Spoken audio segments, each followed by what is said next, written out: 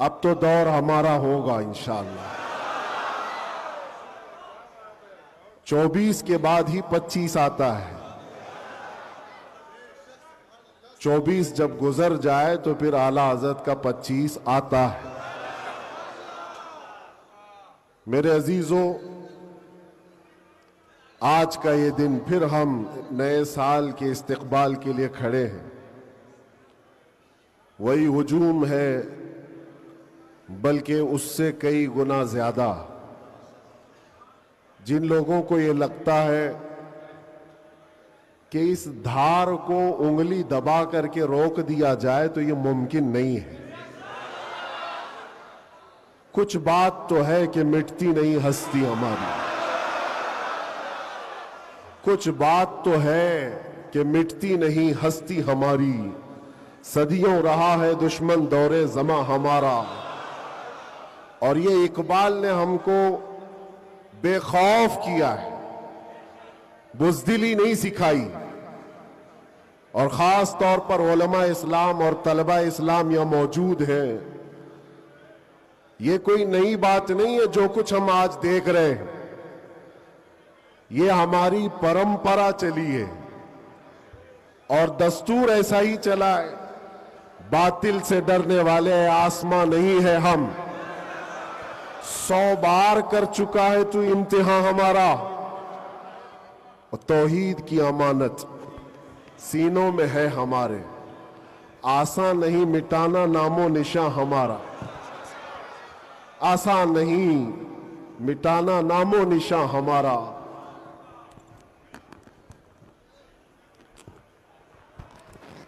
میرے عزیزوں، ہم اپنی طاقت کے بل بوتے، اپنے منصب اور اپنے عہدے کے بل بوتے اتنی بڑی باتیں نہیں کرتے۔ ہم جو بات کرتے ہیں وہ ایمانی طاقت کے بل بوتے، اس لیے کہ ہمیں ہمارے میرے عزیزوں، آج کا یہ دن پھر ہم نئے سال کے استقبال کے لیے کھڑے ہیں۔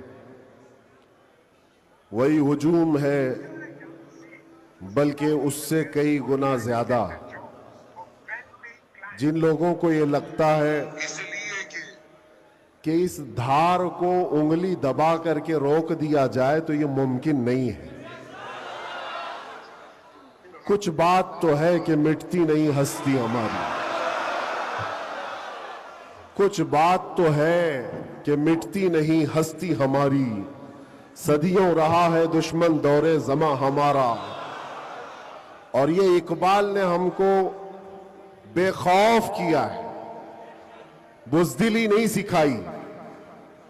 اور خاص طور پر علماء اسلام اور طلبہ اسلام یہاں موجود ہیں۔ یہ کوئی نئی بات نہیں ہے جو کچھ ہم آج دیکھ رہے ہیں، یہ ہماری پرمپرا چلی ہے اور دستور ایسا ہی چلا ہے۔ باطل سے ڈرنے والے آسماں نہیں ہے ہم، 100 بار کر چکا ہے تو امتحان ہمارا۔ اور توحید کی امانت سینوں میں ہے ہمارے، آسان نہیں مٹانا نام و نشاں ہمارا، آسان نہیں مٹانا نام و نشاں ہمارا۔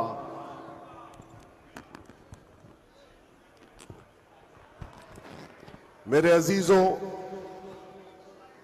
ہم اپنی طاقت کے بل بوتے، اپنے منصب اور اپنے عہدے کے بل بوتے اتنی بڑی باتیں نہیں کرتے۔ ہم جو بات کرتے ہیں وہ ایمانی طاقت کے بل بوتے، اس لیے کہ ہمیں ہمارے بزرگوں نے سکھایا ہے۔ آپ کی نالج کے لیے میرے اساتذہ کے بارگاہ میں یہ عرض کروں گا، ایک لمبے گیپ کے بعد تقریباً 10 مہینے ہو گئے، میں جلسے جلوس نہیں کیا، 8 مہینے تو اندر تھا، اور 10 مہینے کے بعد میں پرسوں پہلا جلسہ کیا، اور اسٹیج کا پہلا جلسہ کیا، اور وہ بھی گجرات میں کیا۔ سبحان اللہ، سبحان اللہ۔ اور کوئی ڈھکی چھپی بات نہیں ہے کہ چھپ کر کے چوری سے کیا۔ میرے عزیزوں، یہ میرے لیے اللہ تبارک و تعالیٰ کا انعام بھی ہے اور تاریخ کی یہ سچائیاں ہیں۔ اسلام کو تم جہاں سے روکنا چاہتے ہو وہیں سے یہ پھیلتا بھی ہے۔ آج جا کر کے دیکھو یورپ، امریکہ، سب سے کثرت سے وہاں پر اگر کوئی دین پھیل رہا ہے تو وہ اسلام ہے۔ اس کی وجہ کیا ہے؟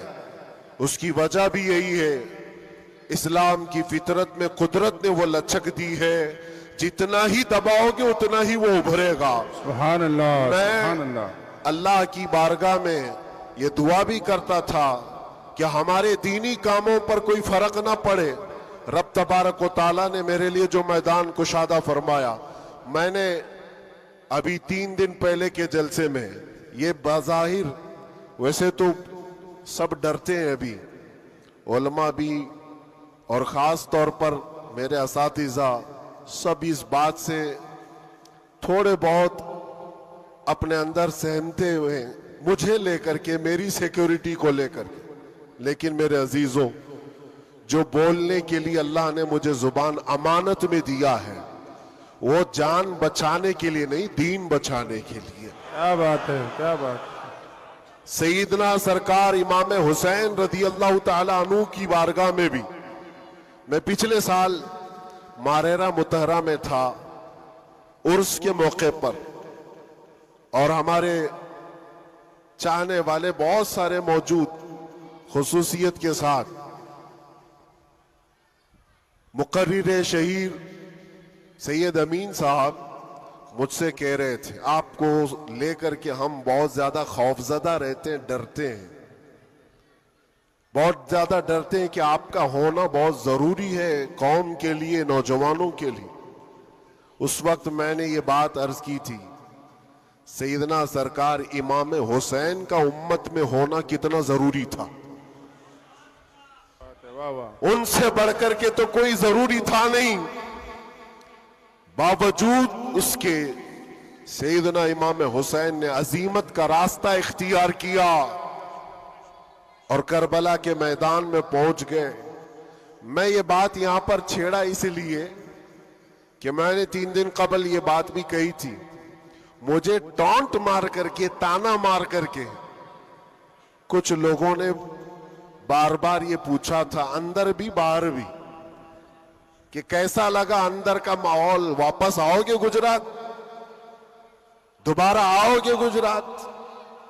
میں اس وقت یہ کہا تھا، ہم ان کی نسل میں ہیں جو کیسر و کسرا سے بھی نہیں ڈرتے تھے۔ کیا بات ہے، واہ واہ واہ واہ واہ۔ آپ کو پتہ ہے اللہ تبارک و تعالیٰ کی یہ زمین، یہ رب ذوالجلال کی وسیع و عریض زمین، جس کو ہم نے ایک ہی جملے میں یوں کہا تھا، پائے مرا لنگ نیس، زمین خدا تنگ کیا نیس۔ بات ہے، واہ واہ۔ سبحان ابھی اللہ۔ تک تو اللہ نے مجھے لنگڑا نہیں کیا ہے، اور جب تک پاؤں سلامت ہے ہر زمین پر جائیں گے۔ اور کوئی بھی غیر قانونی کام اگر ہم کر رہے ہوں تو ڈرنا چاہیے۔ دیش کے خلاف، ملک کے خلاف، قانون کے خلاف کسی گتی ویدھی میں، کسی ایکٹیویٹی میں ہم ملوث ہیں تو ڈر ڈر کر کے، سہم کر کے رہنا چاہیے۔ الحمدللہ ایک بال برابر بھی ہمارے اندر ڈر اسی لیے نہیں آیا کہ ہم نے کبھی کوئی خفیہ پلاننگ نہیں کی ہے۔ جو بات کرنی ہے وہ ناموس مصطفیٰ کی، وہ 4 لوگوں میں بھی کہتے ہیں اور 4000 میں بھی کہتے ہیں۔ بے شک، بے شک۔ پہلی اب شروعات میں یہاں سے کرتا ہوں، اس لیے کہ آج اگرچہ میں 4-5 دن سے بیمار ہوں، لیکن اتنا مضبوط کرنٹ یہاں پر موجود ہے، کیا بات ہے، کیا بات ہے۔ اتنا مضبوط، جو پورے بر صغیر کو کرنٹ سپلائی کر رہا ہے۔ بے شک، بے شک۔ اور یہ کرنٹ کا ٹرانسفارمر ایسا ہے کہ یہاں سے جو سپلائی ہوتا ہے وہ سیدھے بغداد سے آتا ہے۔ سبحان اللہ، اور یہاں سے جس کی تار جڑی ہے وہ بغداد سے مدینے پہنچتا ہے، بے شک بے شک، اور جس کی تار کٹی ہے تو پھر وہ بے نور ہی رہتا ہے۔ میں آپ کو بتا رہا ہوں، شروع کے دن تھوڑی سی بات کہوں گا، اس کے بعد میں اپنے موضوع پر آتا ہوں۔ آج سے تقریباً 3 سال گزر گئے ہوں گے۔ ہمارے ملک کا ماحول بڑا ہی عجیب ہو گیا تھا، جگہ جگہ گستاخیاں آپ سب نے بھی سنی اور دل محسوس کر رہ جاتا تھا۔ حالات بڑے پیچیدہ ہوتے چلے جا رہے تھے۔ اس وقت ایک پاکھنڈی جو بارگاہ مصطفیٰ میں بار بار بھونکتا تھا، جذبات ہمارے سن کر کے اتنے بے قابو ہوئے تھے۔ ہم نے کوئی منصوبہ بند یا پلاننگ کے تحت نہیں، ہمارے جذبے اور وجد میں یہ اعلان کیا تھا کہ بہت ہو گئے ان کے ساتھ مناظرے کرنا، ڈیبیٹ کرنا، آؤ میدان میں اترتے ہیں اور دیکھتے ہیں تم بھی آگ میں کودو، ہم بھی آگ میں کودتے ہیں۔ یاد ہوگا یہ جذبات میں، وجد میں اور حضور کی محبت میں کہی ہوئی بات تھی۔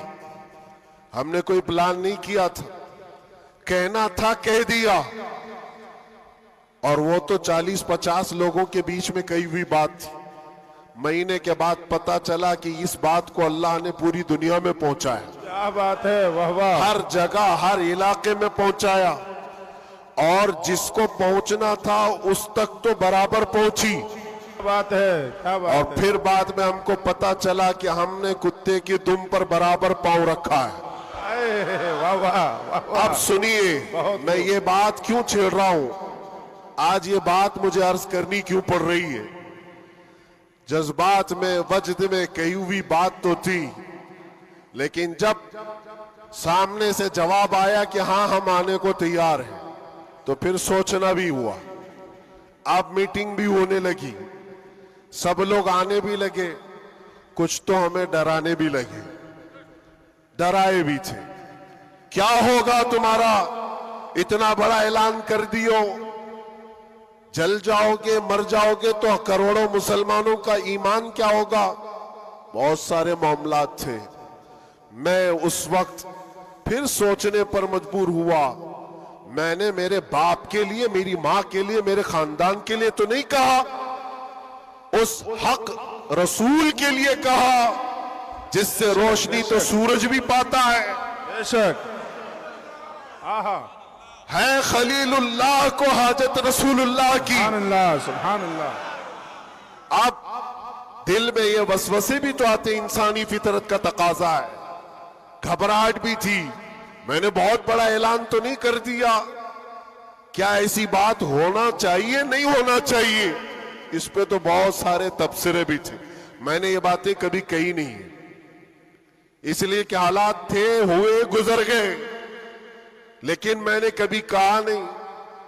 آج اس لیے کہہ رہا ہوں کہ یہاں کرنٹ زیادہ ہے، آہا، کیا بات ہے، اس لیے کہہ رہا ہوں۔ اس وقت گھبراہٹ، وسوسے بھی، الگ الگ قسم کی باتیں، لاک ڈاؤن کا ماحول الگ، میرے گھر پر الگ پہرے بندی، یہ سارے معاملات میں جانتے ہو میرے عزیزوں، اس وقت جب کبھی گھبراہٹ کے شکار ہو کر، بے قابو ہو کر ہم کچھ سوچنے کے لیے یا کچھ مشورے کے لیے ادھر ادھر نگاہیں اٹھاتے ہیں تو ہر کوئی ڈرا بھی رہا ہے، الگ الگ مشورے بھی دے رہا ہے۔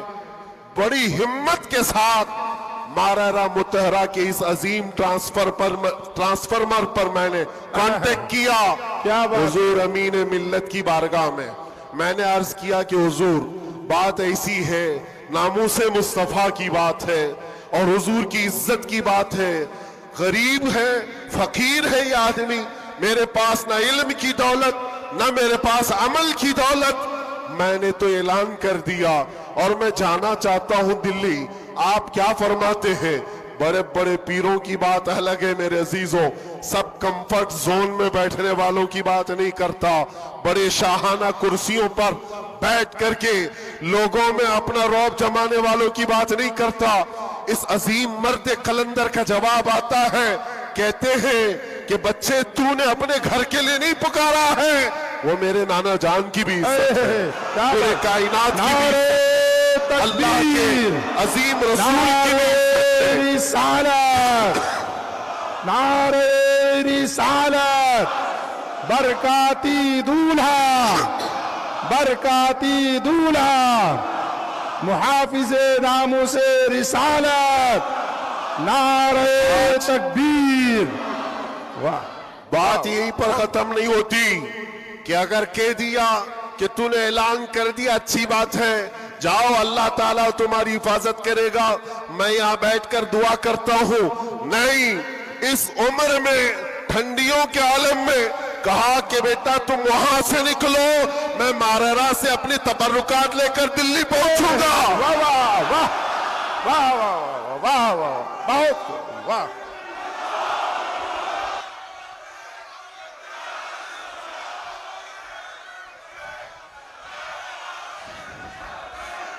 بہت واہ واہ، سبحان اللہ سبحان اللہ۔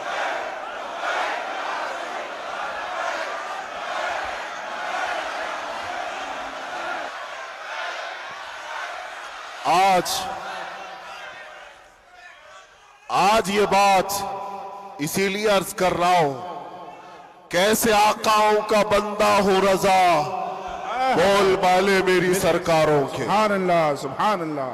میں نے اس کے بعد فون رکھ دیا اور اس کے بعد سب سے کہا کہ اب کسی بات کی فکر نہیں ہے، اب ٹینشن نہیں ہے، اب کوئی فکر کی بات نہیں اور ڈر کی بات نہیں۔ پھر کہاں سے کس طرح کے تبصرے آئے مجھے آج وہ یاد بھی نہیں ہے، لیکن اتنی بات یاد ہے کہ اس وقت میرے ساتھ کوئی ایک عظیم شخصیت کھڑی تھی، ہم تو انتظار میں تھے اور گئے بھی تھے، لیکن تاریخ سب کو پتا ہے، میں اپنی تعریف کے لیے نہیں دہراتا یہ بات، میں اپنی بڑائی کے لیے نہیں دہراتا یہ بات، لیکن یہ حقانیت کو ثابت کرنے کے لیے میں کہتا ہوں، میں کیا ہمارے محلے کا 8 سال کا بچہ بھی اٹھ کر کے اعلان کرے میرا رب اس کی مدد فرمائے بے گا۔ شک بے شک بے شک۔ کیوں؟ اس لیے کہ وہ ناموس مصطفیٰ کی بات کر رہا ہے، وہ عزت رسول کی بات کر رہا ہے۔ عزیزان گرامی وقار، یہی بات حضرت نے یہ فرمایا تھا کہ جلسوں میں ساتھ میں رہنا، ہاں مقرر ہے یا پھر دیگر ماحول ہے، تو حضرت نے ایک جملہ ابھی 2 دن قبل فرمایا تھا کہ میٹھا میٹھا ہپ ہپ کڑوا کڑوا تھو تھو، یہ تو نہیں ہو سکتا۔ یہ اشارہ اس بات پر ہے میرے عزیزوں، اے سنیوں، حضور کی محبت کی بات کرتے ہو تو صرف حضور کی محبت حلوہ پراٹھا کھانے سے نہیں ہوتی، ارے اس میں تو نیزے بھی کھانے پڑتے ہیں، بے شک تلواروں کی سائے میں نمازیں بھی ادا کی جاتی ہیں۔ بے شک۔ یہ شہادت گئے الفت میں ہے قدم رکھنا، لوگ آسان سمجھتے ہیں مسلمان ہونا۔ میں یہ بھی نہیں کہتا کہ میں بہت بڑی تکلیف اٹھا کر کے آیا ہوں، نہیں، 8 مہینے گزرے کہ 8 سال گزرے، کوئی بہت بڑی تکلیف اٹھا کر کے تمہارے پاس آیا، میں نے کبھی اس چیز کا ذکر نہیں کیا اور نہ ہی شکایت کبھی کروں گا اس بات کی، اس لیے کہ تاریخ کی سچائیاں اس بات کی گواہی دیتی ہیں، وہ بڑے بڑے ائمہ اسلام جو رسول اللہ کی آل میں سے تھے، امام موسیٰ کاظم، ہم تو میرے عزیزوں گنہگار ہیں، ہماری بہت ساری خطائیں ہیں، وہ اہل بیت ائمہ اسلام جن کے گناہ نہیں خطائیں نہیں، بغیر کسی قصور کے ظالم بادشاہوں نے 7 سال تک ان کو اندر قید میں رکھا ہے۔ امام محمد بن حسن عسکری 20 سال تک اندر رہے، کس کو کہتے ہیں 20 سال؟ پوری لائف گزر گئی۔ امام موسیٰ کاظم 7 سال کے بعد اندر زہر دے کر کے مارا گیا اور وہیں سے جیل سے جنازہ بھی نکلا۔ ان کی قربانیوں پر ہم کہاں لگتے ہیں؟ لوگ یہ بھی جو آج سمجھتے ہیں کہ بہت بڑا کام کر کے آئے، کوئی کہاں سے کیا کیا لقب پکارے، غازی اسلام. نہ میرے عزیزوں، ابھی تو ہم خادم اسلام نہیں بن سکے. غازی اسلام تو بہت بڑی بات ہے، اور ہم اس بات کو آپ کے سامنے بار بار دہراتے اس لیے ہیں کہ آج سنیوں کو ہو کیا گیا ہے، چھوٹی سی چیز کو لے کر بہت بڑا سمجھنے لگ جاتے ہیں، بہت بڑا سمجھنے لگتے ہیں. یہ ابتدائے عشق ہے، آگے دیکھو ہوتا ہے کیا کیا. ستاروں سے آگے جہاں اور بھی ہے. تمہاری ابھی آزمائش آئی کہاں، ہمیں ابھی آزمایا کہاں گیا ہے.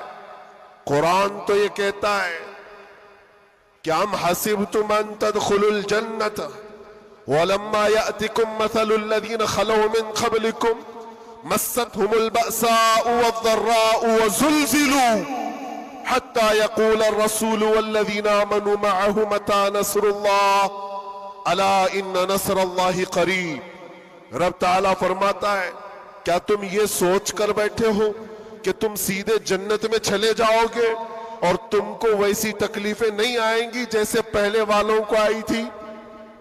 اور کیسی آئی تھی؟ قرآن کہتا ہے وہ زلزلو، انہیں ہلا دیا گیا تھا. یہاں تک کہ رسول پاک نے اور ایمان والوں نے یہ کہنا شروع کیا اللہ کی مدد کب آئے گی؟ پھر رب تعالیٰ فرماتا آگاہ ہو جاؤ اللہ کی مدد قریب ہے. ہماری آزمائشیں کہاں آئی ہیں میرے عزیزوں؟ کون سی تکلیفیں، کون سی مصیبتیں؟ علماء اسلام کو آج اللہ تبارک و تعالیٰ نے ٹھاٹ باٹ سے رکھا ہے. ہر طرح کی سہولیات تمہیں آج ملی ہوئی ہیں. کون سی نعمت کی کمی مولا نے دی ہے؟ ہر چیز تم قدم باہر نکالو کہ ساری سہولیات تمہارا استقبال کر رہی ہے. ہم یہاں اے سی میں دن و رات گزارنے والے ہیں، قالینوں پر سجدے کرنے والے ہیں، اور مرغ مسلم ہر دن کھانے والے ہیں. تمہیں کہاں پتا ہے ابھی کہ آزمائش کہتے کسے، تکلیفیں کہتے کسے؟ میں نے تو صرف ایک چک کر کے دیکھا ہے 8 مہینے میں، پھر اندازہ ہوا. چکھا ہے بس، چک کر کے آئے کہ 8 مہینے پتھروں پر انہوں نے سلایا تھا تو لگتا کیسے ہے، کیسے لگتا ہے. کھانا اور پانی کے لیے جو آج ہمارے ارد گرد لوگ ہاتھ دھلائیں، رومال دیں پوچھنے کے لیے، ہر چیز کی خدمتگار ہوں، اور جب وہاں بدتمیز لوگ اور ظالم لوگ لائن میں کھڑے کر کے سوکھی روٹیاں دیتے ہو تو پھر اندازہ ہوتا ہے لگتا کیسے ہے. یہ چھوٹی سی چیز ہم نے چک کر کے دیکھا ہے. وہ روٹیاں دیکھی جس سے انسان کا گلا کٹ سکتا ہے. میرے عزیزوں، یہ سب باتیں اس لیے عرض کر رہا ہوں کہ ابھی امتحان باقی ہے ہمارے. اگر ناموس مصطفیٰ کی بات کرتے ہو تو پھر ان سب چیزوں کے لیے تیار رہو، ان سب چیزوں کے لیے تیار رہو. اور ایک بات میں بتاتا ہوں، یہ باہر مجمع میں بیٹھ کر کے بات کرنا بہت آسان ہے، اور اندر تکلیفیں سہ کر کے پھر یہ بات کرو. میرے عزیزوں، کبھی کبھار گھبراہٹ ایسی ہوتی تھی، کچھ قیدی لوگ آ کر کہتے تھے کہ سچ میں اللہ ہے؟ ایسے سوال، اللہ ہے، سنتا ہے؟ اور اس وقت کوئی آیت ان کو بتانے میں بھی ہمیں ایسا لگتا. ایک قیدی سے میں نے کہا ان مع العسر یسرا، ہر تکلیف کے بعد آسانی اللہ کا وعدہ ہے. جھٹ سے اس نے کہا مولانا 16 سال ہو گئے، ابھی کب آئے گی وہ آسانی؟ ہمارے پاس کیا جواب ہے؟ یہ تکلیفیں سہ کر کے پھر آیتوں پر یقین کرنا، یہ بہت بڑے کمال کی بات. یہاں باہر بیٹھ کر کے جو تسلی کی باتیں کریں، میرے عزیزوں بہتوں کو ہم نے دیکھا ہے، بہتوں کو جان بھی دیں گے، گردن بھی کٹا دیں گے، بہت ساری باتیں ہیں. اسی سے اندازہ ہو جاتا ہے جو صبح بستر نہیں چھوڑ سکتا وہ کیا گردن کٹائے گا. جو نماز کے لیے اذان کو لبیک نہیں کہتا، وہ جان کی بات کہاں ہے؟ ایک ڈنڈے سے ساری چیزیں بھاگ جائیں گی, سب نکل جاتی ہیں ادھر ادھر. میں سب کی بات نہیں کرتا. آزمائشیں جس وقت آئیں گی میرے عزیزوں, استقامت یہ کسی چھوٹے موٹے چیز کا نام نہیں ہے. اللہ تعالیٰ فرماتا ہے ان الذین قالوا ربنا اللہ ثم استقاموا, بے شک وہ لوگ جنہوں نے یہ کہا ہمارا رب اللہ ہے, پھر اس پر جمے رہ گئے, تتنزل علیہم الملائکہ, ان پر پھر فرشتے اتارے جاتے ہیں, فرشتے اتارے جاتے ہیں. میرے عزیزوں, یہاں بڑی بڑی باتیں کہنے کے لیے میں نہیں کھڑا, بس اتنی بات کہوں گا کہ حالات کے تناظر میں جو آج تمہارے لیے سب سے بڑے چیلنجز ہیں, اس میں تمہیں کھڑے اترنے کی ضرورت ہے. تم صرف اپنے محلے کے نمائندے نہیں ہو. یہ جو سروں پر ٹوپیاں اور داڑیاں ہیں تمہارے چہروں پر, تم کسی مسجد کے ہی مصلی نہیں ہو, بلکہ پوری کائنات میں اللہ نے تمہیں خیر امت بنایا ہے.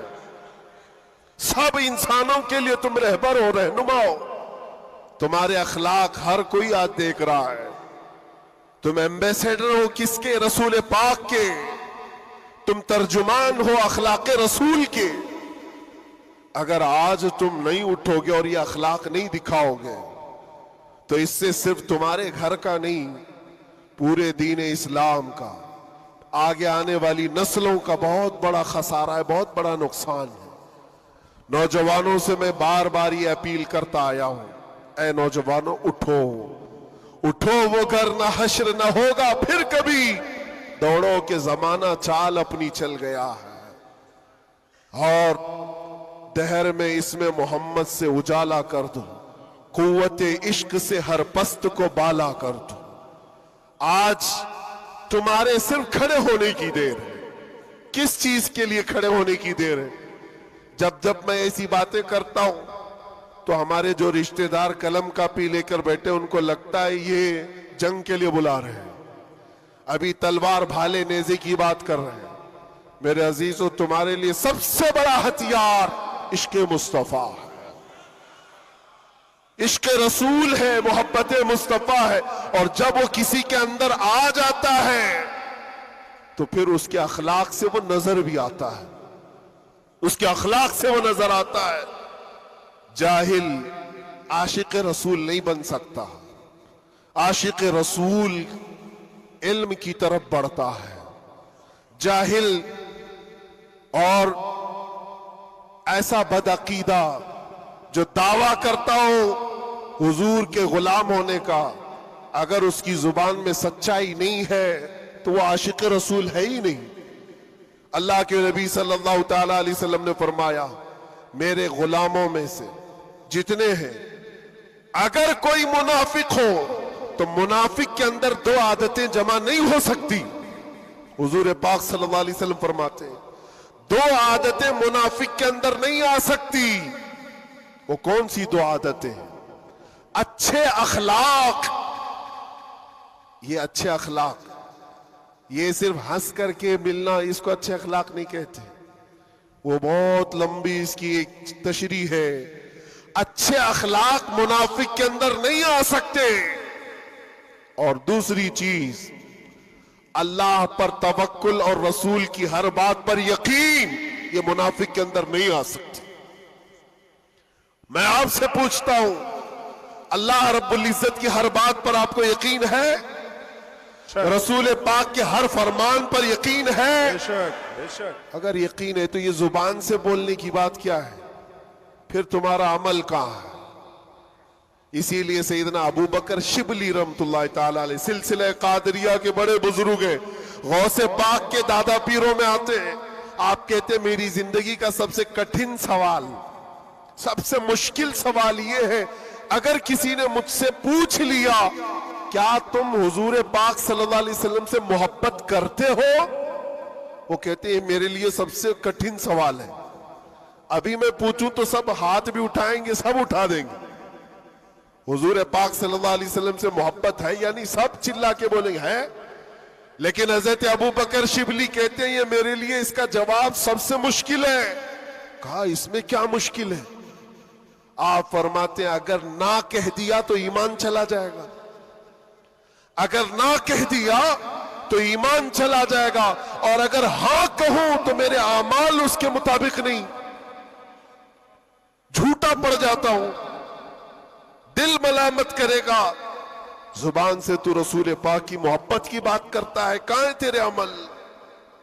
عزیزان گرامی وقار، یہ دو عادتیں میرے آقا فرماتے ہیں منافق کے اندر نہیں آ سکتی، اچھے اخلاق اور اللہ اس کے رسول پر یقین کامل۔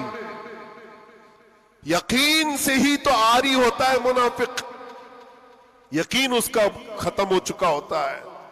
یہاں ابھی لکی ڈرا شروع ہو جائے اور چیٹ پہ چیٹ ہوتے رہتے، ہر سال ہوتے رہتے، پھر بھی اس میں گھستے بھی رہتے، 1,00,000 کا 2,00,000 بنانا ہے، ابھی دیکھو کتنے آ جائیں گے، اور کیسے کیسے چیٹر لوگوں پر یقین کرتے ہیں، اور 2-4 لوگوں نے بول دیا کہ نہیں میرا بھی ڈبل ہوا ہے، سب آ گئے، لائن لگ جاتی ہے، کئی 100 کروڑ کھا کر کے چلے جاتے، ان پر تمہیں یقین ہے؟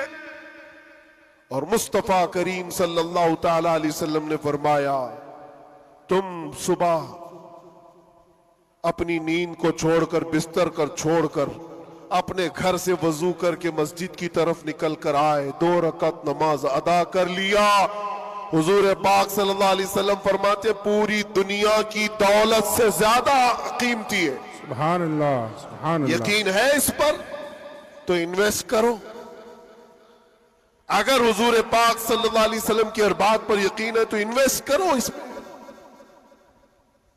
آج یہی تو بات ہے، یہ سب سے بڑا چیلنج ہے، منافقت آنے لگ گئی ہے، بزدلی کہاں سے آتی ہے؟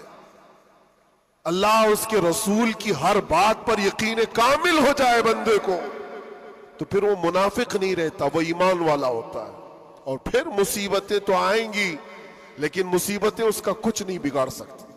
حضرت ابو ہریرہ رضی اللہ تعالیٰ عنہ کی حدیث ہے، فرماتے ہیں اگر مجھ پر 10 پہاڑ بھی نازل ہو جائیں، اتر جائیں، تب بھی میں خوف زدہ نہیں ہوتا، ڈر نہیں ہے مجھے۔ کہا کیوں؟ کہا قرآن کی ایک آیت میرے لیے کافی ہے۔ پوچھا کون سی آیت؟ فرماتے اللہ فرماتا ہے قُلْ لَن يُصِيبَنَا إِلَّا مَا كَتَبَ اللَّهُ لَنَا هُوَ مَوْلَانَا وَعَلَى اللَّهِ فَلْيَتَوَكَّلِ الْمُؤْمِنُونَ۔ فرماتے ہیں اللہ نے اپنے نبی سے کہا ہے اے محبوب آپ فرما دیں ہرگز ہم کو کوئی مصیبت نہیں آتی، اتنی ہی آئے گی جتنا اللہ نے لکھا ہے، سبحان اللہ، سبحان اللہ۔ اتنی ہی آئے گی جتنی اللہ نے لکھا ہے۔ اور پھر آگے رب تعالیٰ فرماتا ہے ہوا مولانا، وہی ہمارا مددگار ہے، وہی ہمارا مددگار ہے۔ وَعَلَى اللَّهِ فَلْيَتَوَكَّلِ الْمُؤْمِنُونَ، اور مومنوں کو چاہیے کہ اللہ ہی پر بھروسہ کریں۔ بڑے بڑے لوگوں کو دیکھا لیکن قید کے دوران، جیل کے دوران کچھ چھوٹے چھوٹے لوگوں نے ہمیں بہت کچھ سکھایا۔ گجرات کے ایک چھوٹے سے گاؤں کا رہنے والا قیدی آ گیا تھا، مانسک سنتولن بگڑا ہوا تھا، گھر والے بھی چاہتے تھے اندر ہی رہے، چھڑانا بھی نہیں چاہتا تھا کوئی، اٹھا پٹک زیادہ کرتا تھا، جوان تھا، اور اندر رہا، مہینہ گزرنے لگ گیا۔ وہاں ہوتا ایسا، نظام ایسا ہے کہ ہر ہفتے گھر والوں کی ملاقات آ جاتی، جالیوں میں، ادھر سے ہم، باہر سے رشتہ دار، ہر قیدی کے کوئی، کبھی ماں، کبھی باپ، کبھی بھائی بہن، ملاقات کے لیے ہفتے میں 1 مرتبہ ٹائم ملتا ہے 15 منٹ۔ لیکن اس بندے کا کوئی آتا ہی نہیں تھا، ملنے بھی نہیں آئے۔ مہینہ گزر جاتا، یہ اٹھا پٹک شروع کر دے، لوگوں کو مارنا، تو جیلر جو ہے گھر کو فون لگاتا اس کے اور کہتا کہ بھائی تمہارا بیٹا ہے، کبھی تو آؤ ملاقات لو اس سے، سب کو پریشان کر رکھا ہے۔ اور اسی لیے کہ قیدیوں کی جو حالت بگڑتی ہے تو یہ بہت بڑا ڈینجر مسئلہ ہوتا ہے، ان کو سنبھالنا۔ باہر آپ ادھر ادھر ہوئے تو اندر ڈالیں گے، اندر ہی بگڑا تو پھر کون سا اندر، وہ لاسٹ منزل ہے۔ اور اسی لیے وہاں جانے کے بعد ڈر بھی نکلتا ہے لوگوں کا، اس کے بعد کہاں جانا ہے، اب سیدھے جنت ہے۔ آپ سنیں اس بات کو. اس کا باپ آیا اور کہا کہ بیٹا تھوڑے دن ہو گئے. اس نے پوچھا کب چھڑاؤ گے مجھے, بیل کب ہوگی؟ چھوٹے سے کیس تھے. کہا اس منڈے کو جو ہے تمہاری بیل رکھ دوں گا, چھڑ جاؤ گے, اس منڈے کو نکل جاؤ گے. وہ آیا, سب بیٹھے ہوئے تھے, خوشی سے اعلان کرتا منڈے کو میں چلا جاؤں گا, منڈے کو چھوڑ جاؤں گا. منڈے آیا, ٹیوزڈے آیا, وینسڈے آیا, پھر ہفتہ 2 ہفتے اس کا باپ آیا ہی نہیں. مہینہ گزر رہا ہے, پھر یہ اٹھا پٹک شروع کرے. پھر فون کر کے اس کے باپ کو بلایا, آؤ ملاقات لو. باپ آیا, پھر پوچھا کب ہوگا ابا؟ کہا میں تھوڑا سا کام میں بیزی تھا, اس منڈے تو تیرا ہو جائے گا, اس منڈے کو ہو جائے گا. یہ آتا اور کہتا پھر بیچارہ. وہاں تو ایسے ہی ہے, سب تنکے کے سہارے پہ ہی رہتے. وکیل بولتا اس ڈیٹ میں ہوگا, ہاں ٹھیک ہے, اس کے علاوہ کرے کیا؟ تو وہ سب سے کہتا اس منڈے کو پکا ہے. وہ بھی گیا منڈے. پھر 1 مہینہ گزرا. یہ 6 مہینے اس کا باپ ہر منڈے کو ہی بولتا تھا, بار بار آئے, توجہ چاہتا ہوں. اور حالت ایسی ہو گئی 6 مہینے کے بعد وہ باپ سے مل کر کے اندر آ رہا ہے, سارے قیدی خود ہی بولنے لگے اس منڈے کو ہے نا تیرا. اس کے بولنے سے پہلے ہی کہتے اس منڈے کو بیل ہے نا تمہاری, ضمانت ہونے والی ہے. اس کو ہرٹ ہو گیا, تکلیف ہو گئی. جب دل پر کسی کے چوٹ لگتی ہے تو ٹوٹے ہوئے دلوں کی بہت جلدی سنی بھی جاتی ہے. اس نے جھلا کر کے کہا تھا, گالی دے کر کے کہا تھا, کرمنل تھا, گالی دے کر کے کہا تھا سب کو, تم لوگ میرا مذاق اڑا رہے ہو, میرے باپ کی وجہ سے یا جیلر کی وجہ سے میں اندر نہیں ہوں. میرا خدا اتنے دن کا لکھا ہے, اور جس دن لکھے گا تم سب دیکھتے رہو گے, میں چلا جاؤں گا. کیا بات ہے, واہ واہ. ہم نے سوچا یہ کہاں سے اتنا بڑا ایمان آیا. اور اتفاق سے سنیچر کے دن وہ اپنے باپ سے مل کر کے آیا تھا, اس کو چڑھایا گیا تھا اور وہ بپھر کر کے اس طرح کی بات کیا تھا. اور منڈے کے دن اس کا باپ ضمانت کا بیڑا لے کر آ ہی گیا, اور وہ ہنستے خوشی سے جا رہا تھا. اور کہا میں نہیں کہہ رہا تھا, میرا خدا جب تک لکھا ہوا ہے تب تک میں یہاں رہوں گا, کسی کے باپ کی طاقت نہیں ہمیں اندر رکھنے کی. اسی لیے میں کہتا ہوں میرے عزیزوں, جو بھی مصیبتیں آئیں گی, ہمارا عقیدہ ہے اللہ نے فرمایا اتنی پہنچیں گی جتنی اللہ نے لکھا ہے, اور مددگار بھی وہی ہے, مددگار بھی وہی ہے. میں اس سے قبل بھی آپ کے ہاں ایک بات سنایا تھا, حضرت سیدنا یوسف علیہ الصلوۃ والتسلیم کے متعلق. آپ جیل کے اندر 7 سال کاٹ لیے, اور 2 قیدیوں نے خواب دیکھا تھا. حضرت یوسف علیہ السلام نے ان کے خواب کی تعبیر بتائی تھی. ایک اس میں مرنے والا تھا, ایک چھوٹنے والا تھا. قرآن پاک میں واقعہ موجود ہے. جو چھوٹنے والا تھا اس کو یوسف علیہ السلام نے کہا تھا کہ میں تیرے خواب کی تعبیر بتا رہا ہوں, چھوٹ کر کے جائے گا تو, بادشاہ بدل چکا ہے, جو مجھے قید میں ڈالا تھا اب وہ نہیں ہے, مصر کا بادشاہ بھی بدل گیا, جانا اور بادشاہ سے میری درخواست رکھنا کہ میں بے قصور کئی سالوں سے اندر قید میں ہوں. یہ قیدی اپنے خواب کی تعبیر کے مطابق ہی, اس نے خواب دیکھا تھا, اس کی تعبیر کے مطابق چھوٹ گیا. اور جیل سے چھوٹنے والا سب بھول بھی جاتا ہے, پلٹ کے دروازہ بھی نہیں دیکھتا, کون ہے کیا ہے سب بھول جاتا ہے. اور وہ بھی گیا بیچارہ, سب بھول گیا. اور بادشاہ کے سپاہیوں میں نے مصاحبین میں, خاص لوگوں میں شامل ہو گئے. لیکن اس کو وہ بات یاد نہ آئی یوسف علیہ السلام نے کیا کہا تھا. یوسف علیہ السلام کی جو درخواست تھی بادشاہ کے پاس وہ بھول گیا.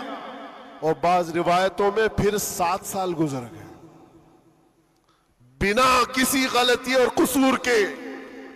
یوسف علیہ الصلوۃ والتسلیم ایک دن رب تعالیٰ کی بارگاہ میں رو پڑے, کہا اے مالک الملک یا ذا الجلال والاکرام, تیرا یہ بندہ بے قصور کب تک یہ دروازوں کے اندر قید رہے گا؟ کیا میرے لیے دروازے اب کھلیں گے نہیں؟ تو جانتے ہو یہ ایسا مقام ہے. رب تبارک و تعالیٰ نے فرمایا اے یوسف قید میں اندر گیا, اگر تجھے باہر جانا ہی تھا تو بادشاہ سے کیوں درخواست کیا؟ کیا میں نہیں تھا؟ یہ نبیوں کے لیے ہے میرے عزیزوں, اعلی ایمان ہے. حضرت یوسف علیہ السلام اس پر پھوٹ پھوٹ کر روتے رہے. ہمارا بھی یہی حال ہونا چاہیے. ایک بات مجھے اللہ تبارک و تعالیٰ کا انعام ہے, میں یہ عرض کرتا ہوں یہاں پر گفتگو, میں جو چیزیں شروع کیا تھا اس کو یہاں سٹاپ کرتا ہوں. سارے لوگوں نے دعائیں کی, مجھے پتا ہے, اور سب سے زیادہ میں نے حضور تاج الشریعہ کو اور حضور امین ملت کو خواب میں بار بار دیکھا, اور حضرت نے ابھی مجھ سے کہا تھا کہ ہم سب پریشان تھے, بہت دعائیں کرتے تھے. میرے چھوٹنے کی دعائیں یا میرے آرام کی دعائیں یہ الگ مقام رکھتی ہیں, لیکن جس وقت اندر جا رہے تھے میرے برادر گرامی بھی موجود ہیں, میں ایک دعا اللہ کریم کی بارگاہ میں یہ کرتا تھا کہ اے رب ذوالجلال تیرا بندہ ہے, تیرے نبی کی بات کر کر اندر آیا, اتنی لاج رکھنا کہ میرے باہر جانے کے لیے کبھی کسی کتے کی مدد لینے کی نوبت نہ آئے. کیا بات ہے, واہ واہ واہ واہ. کسی ظالم کی مدد لینے کی نوبت نہ آئے. اور رب تبارک و تعالیٰ نے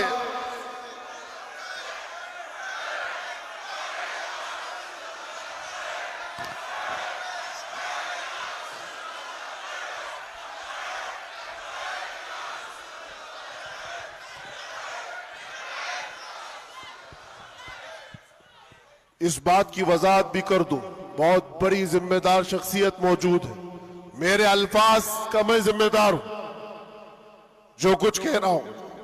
اور لوگوں کو پھر یہ لگتا ہے یہ اتنا سب ہو جانے کے بعد پھر بھی کتا کہتے ہیں, یہ کتا کتا ان کی زبان پہ کیوں آتا ہے؟ میرے عزیزو یہ اب کوئی غیر قانونی بات نہیں. سپریم کورٹ کے جج نے بھی ہمارا ججمنٹ دینے کے وقت کہا تھا یہ کوئی ایسی بات نہیں ہے, ہیٹ سپیچ نہیں ہے. Every dog has a day, ہر کتے کا ایک دن ہوتا ہے. ہم نے تو تھوڑا سا کہا تھا, انہوں نے بہت کہا ہے. تو یہ جو بھی میں کہوں گا اب سپریم کورٹ کے اعتبار سے کہوں گا, اور پھر میں ابھی تک تو کبھی وہ شعر کو دہرایا بھی نہیں, کیونکہ میں نے دیکھا ہے 5 سال کے 6 سال کے بچے سامنے کھڑے ہو کر کے وہی دہرا رہے ہیں. واہ واہ واہ. بلکہ میں نے تو یہ بھی دیکھا اندر قیدیوں کو جب بہت زیادہ تکلیف دیتا تھا کوئی تو کہتا تھا وہی بات. واہ واہ. آج وقت ہے تمہارا, کیا بات ہے. ہر جگہ پر کھانا صحیح نہیں مل رہا ہے تو بھی وہ قیدی یہی پکار کر کہتے تھے آج وقت ہے, آج وقت ہے. میرے عزیزوں جتنا ہی تم دباؤ گے اتنا ہی وہ ابھرے گا. یہ ہم اپنی تعریف کے لیے اپنے گھر کے لیے نہیں بولتے, ہم نے کبھی کسی کمیونٹی کو, کسی خاص دھرم کو یا کسی خاص مذہب کو نشانہ بنا کر کبھی نہیں بولا. ہاں میرا یہ مشن ہے کہ جو حضور پاک صلی اللہ تعالی علیہ وسلم کی عزت کے لیے انگلیاں اٹھائے گا تو ہم اس کا جواب دیتے رہیں گے. بے شک بے شک. اور اگر ایک آدمی کرتا ہے تو ایک کا جواب, 10 کرتے تو 10 کا جواب. اس کا مطلب یہ نہیں ہوتا کہ ہم پوری کمیونٹی کو بول رہے ہیں, پورے مذہب کو بول رہے ہیں, کسی قوم کو بول رہے ہیں. یہ تو پھیلائی گئی بات ہے. بہرحال وقت آنے کے بعد سب سمجھ میں آ جائے گی. آج جس چیز کے لیے یہ کانفرنس رکھی گئی ہے, تعلیمی بیداری کانفرنس, میرے عزیزوں یہ اتنی بڑی وقت کی ضرورت, میں آپ کو کیا بتاؤں. اسلام شروع ہی ہوا ہے اقرا کہتے ہوئے. سب سے پہلی آیت میرے نبی پاک پر جو اتری وہ کیا ہے؟ مسلمانوں اتنی تو بات یاد رہے, اقرأ بسم ربک الذی خلق. قرآن کی سب سے پہلی آیت کیا ہے؟ بسم اللہ خانی کرائی گئی کہ نہیں کرائی گئی؟ تو پڑھے ہو نا، تو پڑھو اقرأ بسم ربک الذی خلق. اقرأ کا مطلب ہوتا ہے اے محبوب پڑھو، اے رسول پڑھو. دیکھو قرآن پاک میں بہت جگہ پر اللہ نے قل بھی کہا، کہو، لیکن جب سب سے پہلی آیت آئی تو اس میں کہا قل نہیں، اقرأ، پڑھو اپنے رب کے نام سے. اور ایک بزرگ نے بہت اچھی بات کہی، یہ اس سے کہا جاتا ہے پڑھو. جبرائیل امین آئے حضور پاک صلی اللہ علیہ وسلم سے کہنے لگے اقرأ بسم ربک الذی خلق. 3 بار تو حضور نے نہیں پڑھا تھا، صرف وہ اقرأ اقرأ کہہ رہے تھے. 4تھی بار جبرائیل نے کہا اقرأ بسم ربک الذی خلق، پڑھو اپنے اس رب کے نام سے جس نے پیدا کیا. نبی پاک نے پڑھا. اور اقرأ اس کو کہا جاتا ہے جو پہلے سے پڑھا ہوا ہو. اور نئے آدمی کو پڑھانے کے لیے کہیں گے کہو جیسے میں کہہ رہا ہوں، جیسے میں کہہ رہا ہوں ایسے کہو. اور بھی ایک بات جو حضور پاک صلی اللہ تعالی علیہ وسلم کے متعلق بہت ساری باتیں مستشرقین نے جو پھیلائی، وہ امی تھے. امی کا معنی کچھ نہ ہنجار لوگ ان پڑھ کرتے ہیں کہ ان کے رسول ان پڑھ تھے. ان پڑھ نہیں، امی کہتے ہیں جو کسی سے نہیں پڑھا ہوا ہو. اس کا استاد نہیں لیکن وہ سب کا استاد ہے. سبحان اللہ سبحان اللہ. اب ایک بات تو مجھے بتاؤ، قرآن کہتا ہے الرحمن علم القرآن خلق الانسان، 3 آیتیں. الرحمن، رحمان اللہ رب العزت، علم القرآن، اس نے قرآن سکھایا. تیسرے نمبر پر ہے خلق الانسان، اس نے انسان کو بنایا. مجھے ایک بات بتاؤ، رحمان دوسرے نمبر پر آئے تھے، اس نے قرآن سکھایا. تیسرے نمبر پر آئے تھے، اس نے انسان کو پیدا کیا. انسان کو پیدا کیا یہ تیسرے نمبر پر، قرآن سکھایا یہ پہلے دوسرے نمبر پر. جب انسان بعد میں پیدا ہوا ہے تو قرآن سکھایا کس کو؟ کیا بات ہے، واہ واہ. الرحمن علم القرآن، وہ رحمان ہے جس نے قرآن سکھایا پھر انسان بنایا. مفسرین فرماتے ہیں یہ جو انسان پیدا کیا اس سے مراد آدم علیہ السلام ہے، اور قرآن سکھایا اس سے مراد محمد رسول اللہ. سبحان اللہ. اور رب تبارک و تعالیٰ نے اپنے نبی کو اس وقت علم دیا ہے جب ابھی آدم کو پیدا بھی نہیں کیا. معلم کائنات کی امت ہو میرے عزیزوں، معلم کائنات کی تم امت ہو، اور جاہل رہنا تمہیں زیب دیتا ہے. اس رسول پاک کی امت ہو جس نے پوری کائنات کو علم کا انقلاب دیا ہے. علم کا انقلاب. جب حضور پاک صلی اللہ علیہ وسلم مدینہ طیبہ تشریف لائے تھے، 6 لوگوں کو صرف لکھنا آتا تھا. قلم پکڑنا کتنے لوگوں کو آتا تھا؟ 6 لوگ. 10 سال کا عرصہ گزرا حضور پاک صلی اللہ علیہ وسلم کی وفات کے وقت 80,000 لوگوں کے ہاتھوں میں قلم تھا. سبحان اللہ سبحان اللہ. یہ انقلاب زندگی بھر کا کوئی ٹیچر بھی نہیں کرتا. وہ رسول پاک صلی اللہ تعالی علیہ وسلم نے علم کا عظیم انقلاب پیدا کیا تھا. اور اس رسول کی امت اگر جاہل ہو تو کیسے زیب دیتا ہے. اسی لیے میں نے دیکھا ہے بہت ساری جگہوں پر بڑی بڑی تحریکیں چلتی ہیں، لیکن رسول پاک صلی اللہ تعالی علیہ وسلم کا سچا جانشین، ان کی آل و اولاد کا یہ سچا جانشین مارارہ متحرہ کا اور خانوادہ برکات کا چشم و چراغ اعلان کرتا ہے آدھی روٹی کھائیں گے اور بچوں کو. سبحان اللہ. یہ صرف مارارہ کا اعلان نہیں، یہ رسول پاک کا مشن ہے. یہ انقلاب ہے جو نبی پاک صلی اللہ تعالی علیہ وسلم کا لایا ہوا. اگر تم جاہل رہو گے بے نور رہو گے. جاہل آدمی حلال و حرام میں تمیز نہیں کر سکتا. جاہل کو کفر اور ایمان پتہ نہیں ہے. جاہل کب گمراہ ہوگا اسے خود پتہ نہیں چلتا. اس لیے میرے عزیزوں، علم کے بغیر اسلام بھی نہیں ہے. علم کے بغیر اسلام نہیں. آپ کو پتہ ہے دور جہالت کہا جاتا ہے اسلام سے پہلے والے دور کو، اور دور اسلام، اسلام کے بعد. اسلام اور جہالت تو اپوزٹ چیزیں ہیں. یہ کبھی ایک جگہ آ نہیں سکتی. آج امت کے اندر ہم دیکھ رہے ہیں کچھ لوگوں کو میں نے دیکھا اندر، جن سے پوچھا گیا پہلا کلمہ کیا ہے تو آئیں ٹائیں کر رہے ہیں. نہیں پتا ہے. تمہارے نبی کون، یہ بھی نہیں پتا. ہم تو اس خوش فہمی میں چل رہے ہیں جمعہ میں بھیڑ ہے، جلسوں میں بھیڑ ہے، سب کی ٹوپی ہے، سب کو آتا ہوگا. کھنگالو تو کلمہ بھی نہیں آ رہا ہے. یوں ہی یہ مصیبتیں نہیں آ رہی ہیں میرے عزیز. یوں ہی ہم کو ڈرایا اور دھمکایا نہیں جا رہا ہے.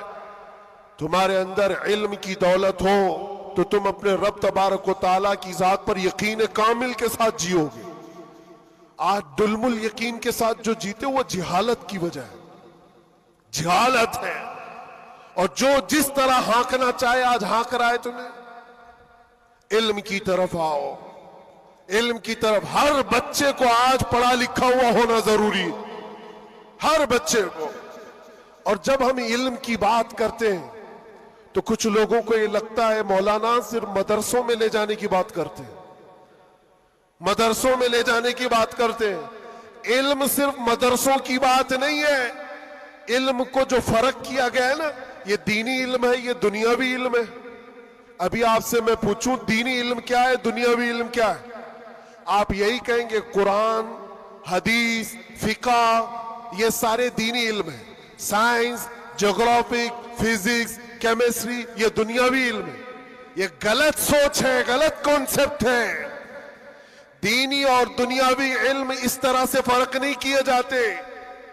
اگر آپ قرآن کا علم، حدیث کا علم، فقہ کا علم پیسہ کمانے کے لیے حاصل کر رہے ہیں تو یہ دنیاوی علم ہے، وہ دینی علم نہیں. مدرسوں میں بھی وہ دینی علم نہیں.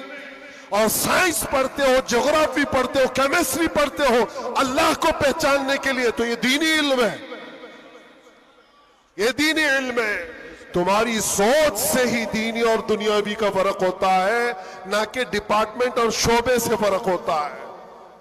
اس لیے جو بچے کالج میں ہیں، یونیورسٹیز میں، وہ اپنا کنٹینیو کریں، بڑھیں آگے. تم جس فیلڈ میں جانا چاہتے ہو، میڈیکل میں، انجینئرنگ میں، لا میں، جس چیز میں بھی جانا چاہتے ہو، نیت صرف یہ ہو جو قرآن نے فرمایا اقرأ بسم ربک الذی خلق. پڑھو وہی جو تمہارے رب کے نام سے. سبحان اللہ. وہ علم جو اللہ سے دور کرتا ہے وہ بڑا سا بڑا عالم ہو کر کے بھی وہ گمراہ ہے. اور وہ علم جو اللہ سے قریب کرتا ہے وہی علم نور ہے. وہی علم نور ہے. امام غزالی رحمت اللہ تعالی علیہ فرماتے صرف یہ مت سمجھو کہ میں علم کی بات کر رہا ہوں تو علم آنے کے بعد ٹوپی، جبہ، کپا، بڑا عالم نظر آنا چاہیے. نہیں. علم جب کسی کے پاس آتا ہے تو سب سے پہلے اخلاق لاتا ہے. سچا علم اگر کسی کے اندر آئے اخلاق لاتا ہے، پھر وہ اللہ تعالیٰ کی ذات پر یقین لاتا ہے. کیونکہ قرآن کہتا ہے انما یخشی اللہ من عبادہ العلماء. علم والے ہی اللہ سے زیادہ ڈرتے ہیں. امام غزالی فرماتے ہیں وہ عالم جو اپنے علم کو اس لیے استعمال کرتا ہے کہ دنیا میں کچھ پیسے مل جائیں اور سیٹھوں کے پاس جاتا ہے، مالداروں کی جیب پر نظر رکھتا ہے، فرماتے وہ اس مکھی سے زیادہ غلیظ ہے جو پخانے پہ بیٹھتی ہے.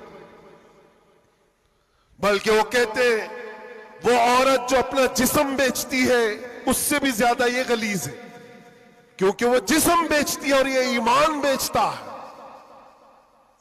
علم جو سچا علم آتا ہے وہ اخلاق اور توکل لے آتا ہے. اس لیے آپ سے میں یہ کہنا چاہتا ہوں کہ علم کا مطلب صرف دوڑ بھاگ یہ نہیں ہے.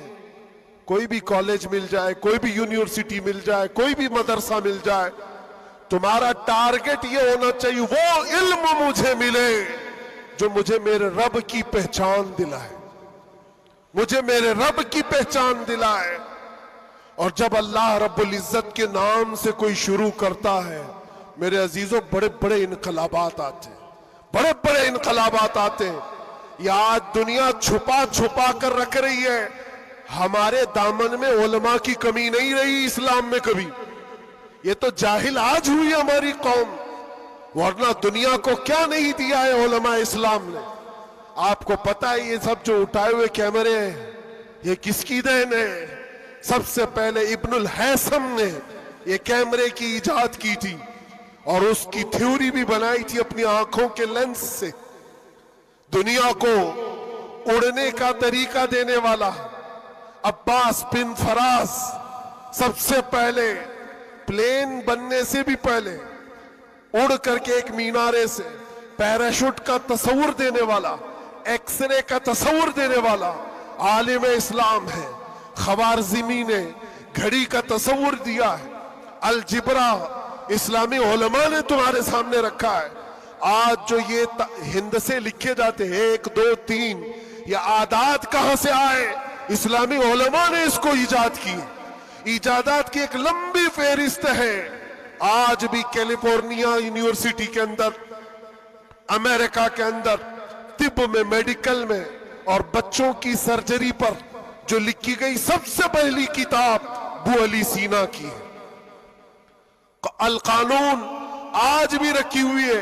پوری دنیا کو سرجری سکھانے والے, پوری دنیا کو میڈیکل لائن میں لانے والے اسلامی علماء ہیں. بچوں کے امراض پر سب سے پہلی لکھی جانے والی کتاب علماء اسلام کی ہے. کون سا میدان ہے جس میں میرے نبی کے غلاموں نے بازی نہیں ماری ہے؟ سب جگہ ہے. بس بات آ کر کے یہاں رکتی ہے جس کو اقبال نے کیا سچے الفاظ میں کہا ہے, ان کے جو ہم غلام تھے خلق کے پیشوا رہے. سبحان اللہ. خلاصہ یہی ہے, ان کے جو ہم غلام تھے خلق کے پیشوا رہے, ان سے پھرے جہاں پھرا پھرائی کمی وقار میں. یہ ڈور جو کٹی ہے تمہاری یا دھیمی ہوئی ہے, یہاں سے عزتوں میں کمی آئی. پڑھنا لکھنا تم نے بند کر دیا, نہ ادھر کے نہ ادھر کے. میرے عزیزوں, نہ مدرسوں کا علم رہ گیا, نہ اسکول کالج کا علم رہ گیا. یہ تو اسلام کا تقاضا نہیں ہے, اسلام نہیں چاہتا ہے.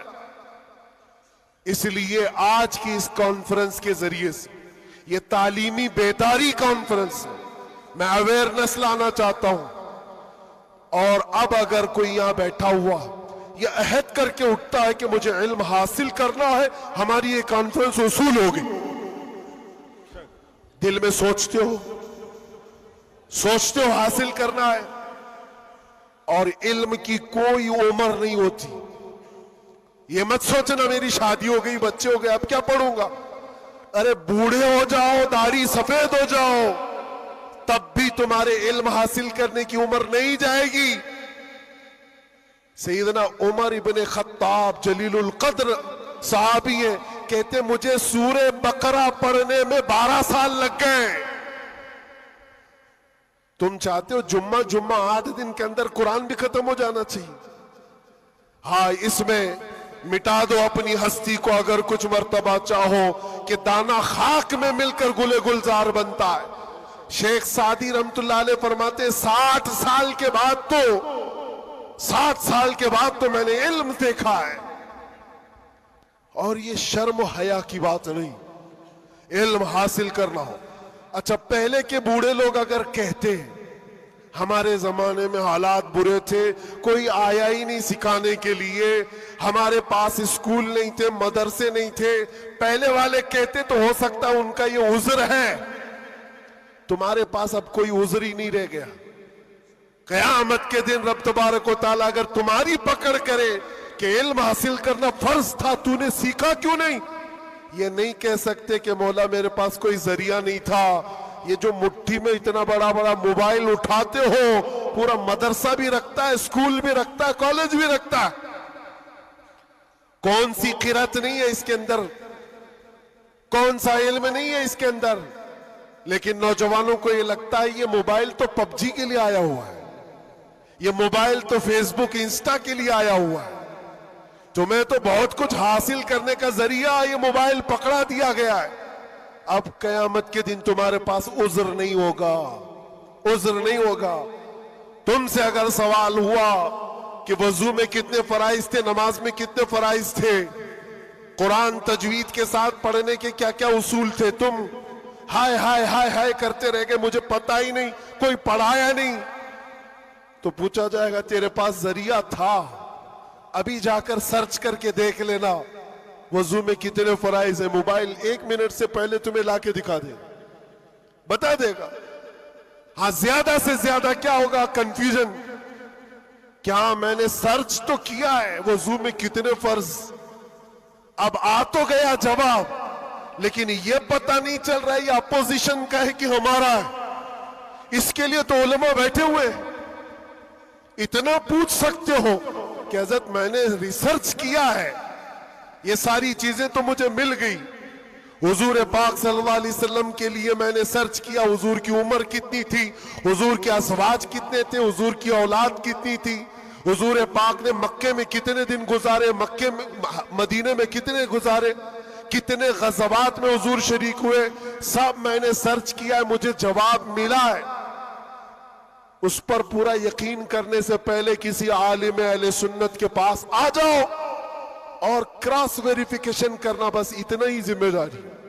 کیونکہ مولانا لوگ بھی تو جان چھڑاتے ہیں. بھائی ٹائم نہیں ہمارے پاس, کتنا پڑھائیں گے تم کو, صبح بھی دوپہر میں بھی, تمہارے اپنے الگ ٹائم ہے, ان کے الگ ٹائم ہے. تو ان سے کہو ہم آپ کے پاس گھنٹہ بھر پڑھنے کے لیے نہیں آ رہے, صرف اتنا بتا دو یہ جو میں نے سرچ کیا ہے یہ صحیح ہے کہ نہیں. اتنا تو کوئی بھی عالم دین تمہارے ساتھ تعاون کر سکتا ہے. آج سے کریں گے انشاءاللہ. 2025 تمہارا پورا سیرت مصطفیٰ پڑھنے میں گزرنا چاہیے, گزرے گا انشاءاللہ. اس بات کو آج طے کر کے اٹھو کہ میں میرے نبی کا غلام ہوں, تو میں پہلے یہ پڑھوں گا کہ میرے نبی کب پیدا ہوئے, اس وقت حالات کیا تھے, حضور پاک صلی اللہ علیہ وسلم کا بچپن کہاں گزرا, حضور پاک نے پہلی شادی کہاں فرمائی, حضور پاک صلی اللہ علیہ وسلم کی اولاد کتنی ہوئی, نبی پاک صلی اللہ علیہ وسلم کے صحابہ میں جلیل القدر کون ہے, حضور مکہ میں کتنے دن گزارے, مدینے میں کتنے گزارے, کون سی جنگوں میں شریک ہوئے, کون سی جہاد میں, کون سی جنگ میں حضور پاک کے دندان مبارک شہید ہوئے, کون کون سی مصیبتیں حضور نے اٹھائی, اور کیا کیا دعائیں امت کے لیے کی. یہ سب تمہارے حصے میں آنا چاہیے. میرے عزیزوں, ایک بات مجھے یاد آتی ہے, ایک نوجوان کا کردار بڑا عجیب تھا. میلاد کا دن تھا 12 ربیع الاول, شاید میں نے یہاں دہرایا ہو یہ بات. میں ٹرین سے اتر رہا تھا, ایک نوجوان مجھ سے کہنے لگا حضرت میں چاہتا ہوں کہ آج حضور کی بارگاہ میں کوئی اچھا تحفہ پیش کروں. سب جھنڈے, کمکمے, مٹھائیاں سب لگا کر کے تو تحفے پیش کرتے. اس نے کہا میں کچھ ایسا کرنا چاہتا ہوں حضور پاک صلی اللہ تعالی علیہ وسلم کو خوشی ہو. میں اتر رہا تھا, اچانک ذہن میں یہ بات آئی, کہا اللہ کے نبی کے اخلاق یہ تھے کہ وہ بوڑھوں کی مدد کرتے, ان کا بوجھ اٹھاتے تھے. مکہ میں حضور مشہور تھے اس بات پر. ہم اتر رہے ہیں, دیکھو ٹرین سے کوئی بوڑھا اتر رہا, اس کا سامان اٹھا کر پہنچا دو, سنت ہے یہ بھی. اور آج 12 ربیع الاول ہے, تم حضور کی بارگاہ میں خراج عقیدت پیش کر. یہ بات کہا اور میں گزر گیا. وہ جوان ایک بوڑھی عورت 2 بڑے بڑے شاپر لے کر آ رہی تھی, اس کے پاس گیا اور کہا کہ اماں جی مجھے دو, میں اٹھاتا ہوں. وہ پہلے تو گھبرائی, کہا کہ تو کیوں اٹھائے گا, تو کولی ہے کیا ہے, میرا سامان کیوں نہیں دوں گی, نہیں دے رہی تھی. اور کیوں دے اجنبی کو کوئی, اس نے اصرار کیا اماں جی دے دو دے دو, اٹھا لوں گا. کہا اتنا کیوں کہہ رہا ہے بیٹا, تو سامان لے کے بھاگنا ہے, کیا کرنا ہے.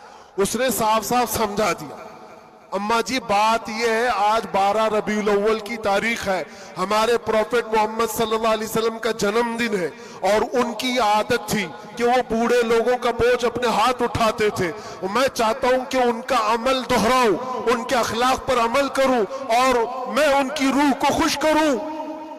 بوڑھی کے دل میں بات آ گئی، کہا لے لے بیٹا، تو تیرے نبی کی بات کر رہا ہے، آج تمہارا کوئی تہوار کا دن ہے، یہ کرنا ہے تو کرو۔ وہ شاپ پر لے کر کے گیا، اس کو جہاں تک پہنچانا تھا پہنچایا۔ یہ بات آئی گئی گزر گئی، ہم بھی تو سوچتے ہیں کہ چھوٹی سی بات ہے۔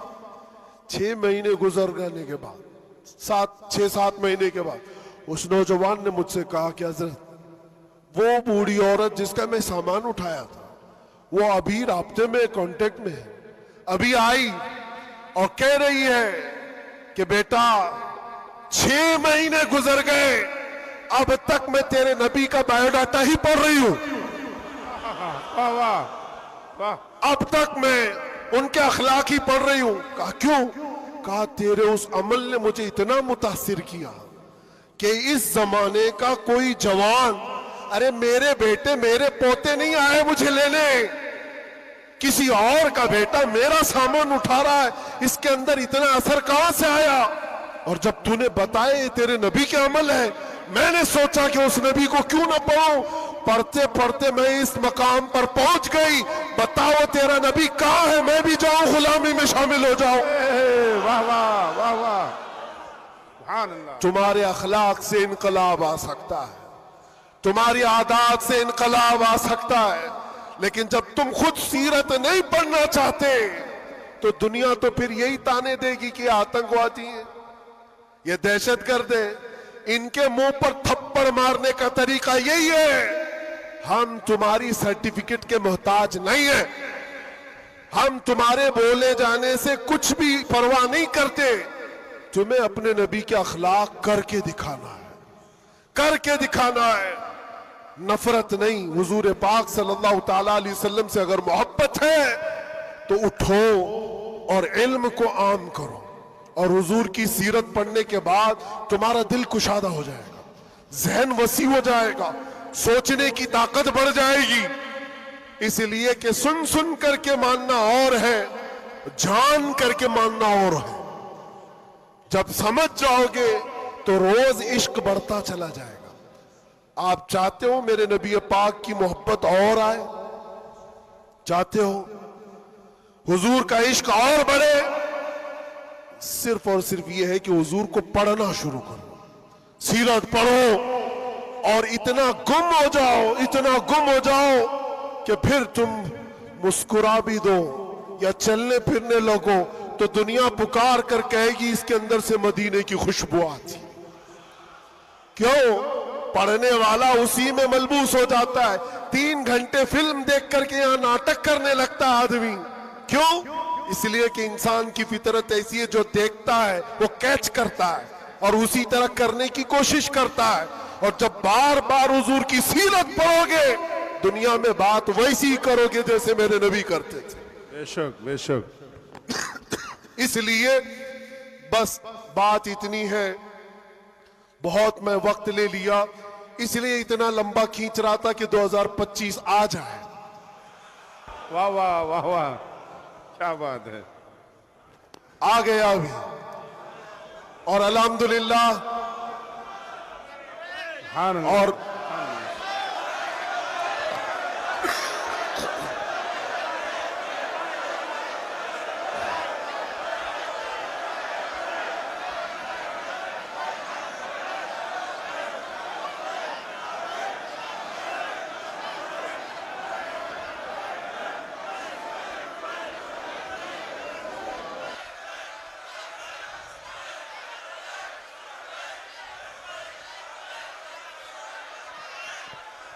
اللہ تبارک و تعالی اس آنے والے سال کو ہم سب کے لیے خیر و برکت والا سال بنائے، بلاؤں اور مصیبتوں سے اللہ ہم سب کو نجات رکھے، اور اس پورے سال کو اللہ تعالی ہم سب کے ایمان اور عقیدے میں جلا عطا کرے۔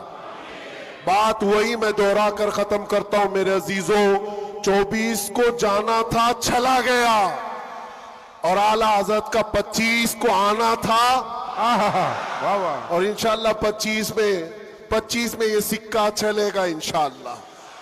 اور پھر کہو گے آئی نہیں حکومت سکہ نیا چلے گا. عالم میں رنگ بدلا صبح شب ولادت. مصطفیٰ کریم صلی اللہ علیہ وسلم کے عاشقوں کے لیے یہ سال ہرا بھرا ہو جائے. مولا کریم کی بارگاہ میں یہ دعا بھی کرتے کہ رب تبارک و تعالی اس آنے والے سال کو ہم سب کے علم کا سال بنائے, ہم سب کے اخلاق کا سال بنائے اور انقلاب کا سال بنائے. اور جو آیت اللہ نے فرمائی اس وعدے کے مطابق ان مع العسر یسرا, ہر تکلیف کے بعد آسانی ہے, ہر تکلیف کے بعد آسانی ہے. مولا جو تکلیفیں اب تک ہم کو آئی تھی اب آسانیوں میں تو ہم سب کو ایمان عطا فرما, آسانیوں میں ہمیں قدم رسول کی دولت عطا فرما. اور بس اتنی دعا کرو میرے عزیزوں, جب ہمارے جانے کا وقت آئے تو رب تبارک و تعالی ہم سب پر اتنا احسان کرے کہ اس کائنات میں ہر رنگ و بو کو دیکھ لیا, سونگ لیا, ہر شکل و صورت کو دیکھ لیا اور پہچان لیا. بس یہ آنکھیں ترستی ہے اس بات کے لیے کچھ ایسا کر دے میرے کردگار آنکھوں میں, ہمیشہ نقش رہے روئے یار آنکھوں میں. انہیں نہ دیکھا تو کس کام کی ہے یہ آنکھیں کہ دیکھنے کی ہے ساری بہار آنکھوں میں. رب تعالیٰ کی بارگاہ میں دعا کرو مولا تیرا یہ بندہ تجھ سے آج یہ التجا کرتا ہے, اس نئے سال کی برکت میں دنیا مٹھائیاں تقسیم کر رہی ہے, ہمیں انعام میں تو دیدار رسول عطا فرما دے. اس آل رسول کی برکت سے مولا مرنے سے پہلے ہمیں زیارت مصطفیٰ نصیب فرمائے.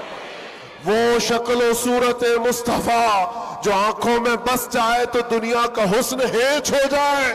مولا کریم ہم کو اس حسن کا پرستار بنائے, اس حسن کا عاشق بنائے.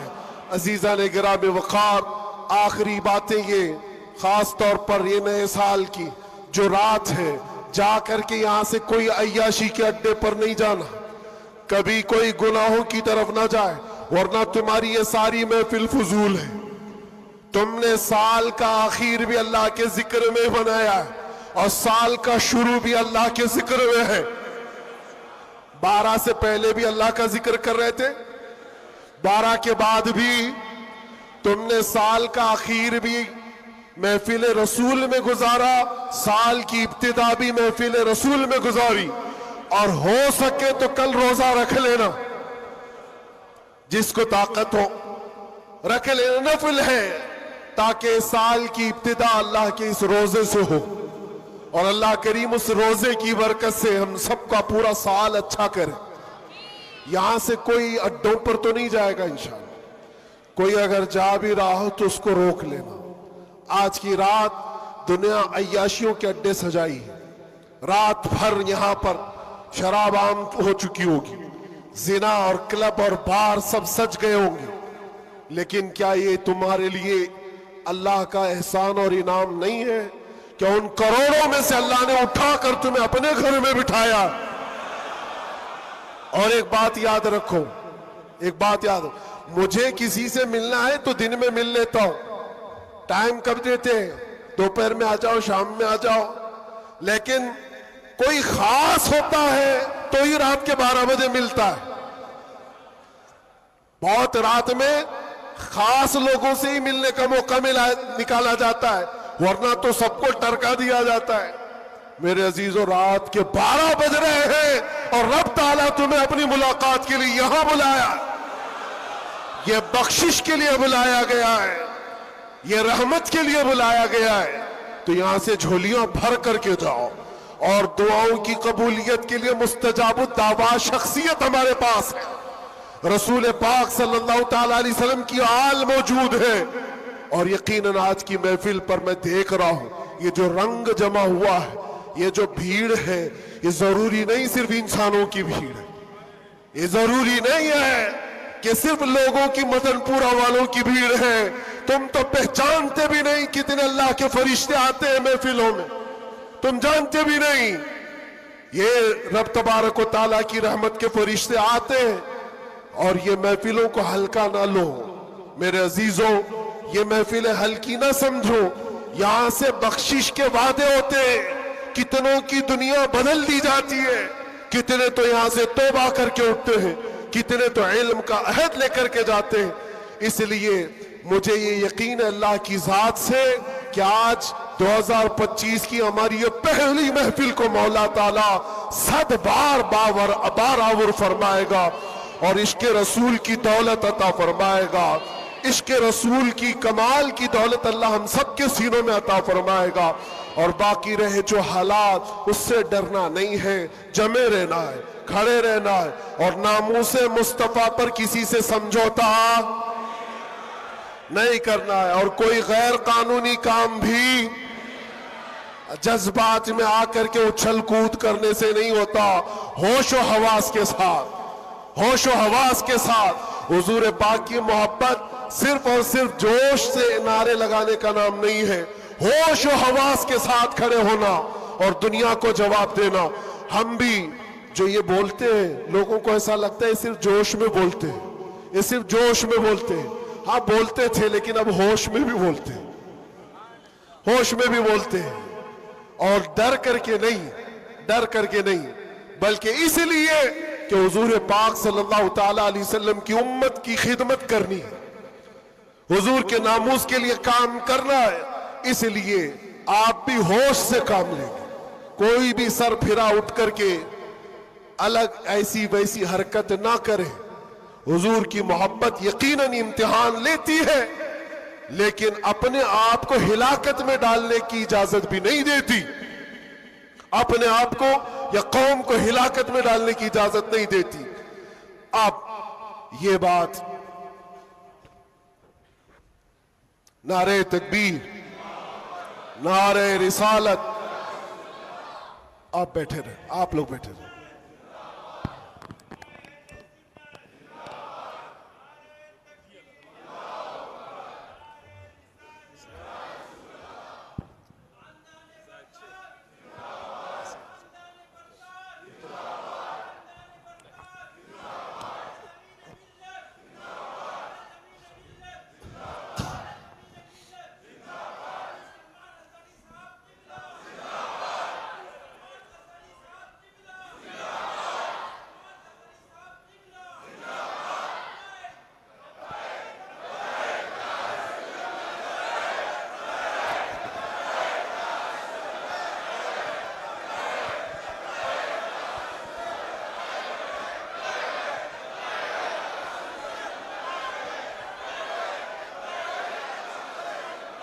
توجہ میرے عزیزوں، ہماری محفل میں اب آمد ہو چکی استاذ الاساتذہ،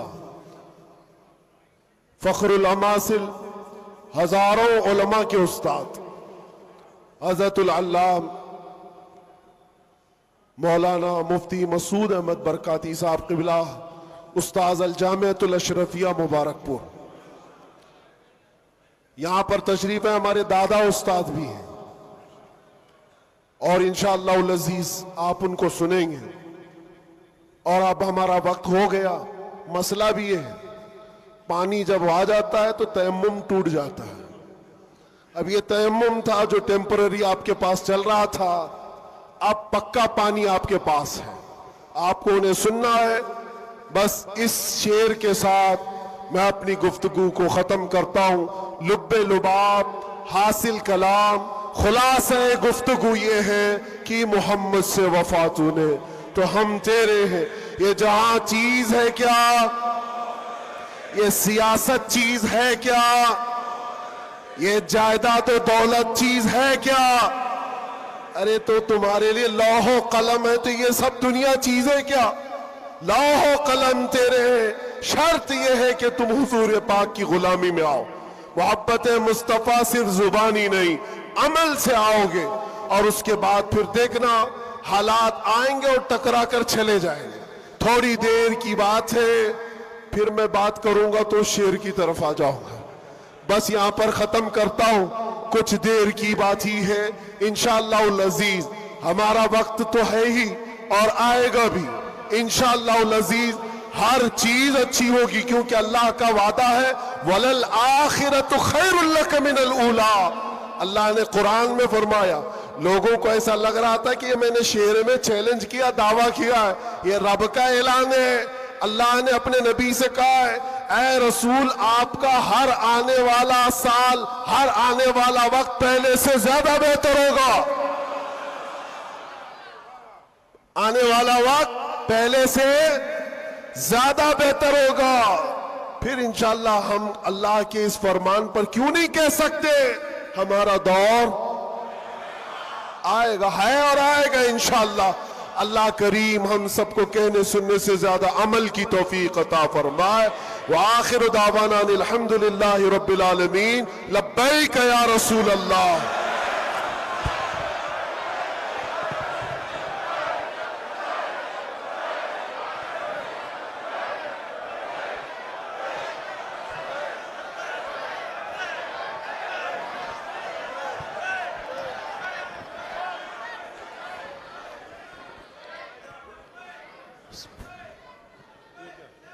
ماشاءاللہ، سبحان اللہ، بڑا ہی پرمغز بیٹھے رہیں آپ حضرات، کہاں سے نکلیں گے؟ جب مفصل دروازے میں مدلل سارے لوگ خطاب۔ کھڑے ہیں تو بیٹھے رہیں، جہاں بیٹھے تھے تھوڑی دیر اور بیٹھے آپ حضرات۔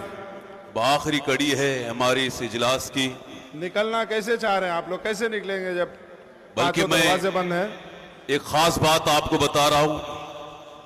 نئے سال کا آغاز، نئے سال کی ابتدا ہم آل رسول حضور تاج المشائخ کی دعا سے کرتے ہیں۔ حضرت کی خصوصی دعائیں انشاءاللہ ہوں گی۔ میں آپ حضرات سے گزارش کروں گا، بس آخری کڑی ہے، تھوڑی دیر کے لیے ہمارے استاد الکریم حضرت علامہ مولانا مفتی مسعود احمد برکاتی صاحب قبلہ مدد العالی تشریف لا چکے ہیں، جو اس وقت الجامعۃ الاشرفیہ مبارک پور، جو ہم سنیوں کی شان ہے، آبروئے سنیت ہے، ایک عظیم دینی درسگاہ جو ہمارا بھی مادر علمی ہے، وہاں سے ایک عظیم شخصیت، علمی شخصیت یہاں پر تشریف فرما ہے۔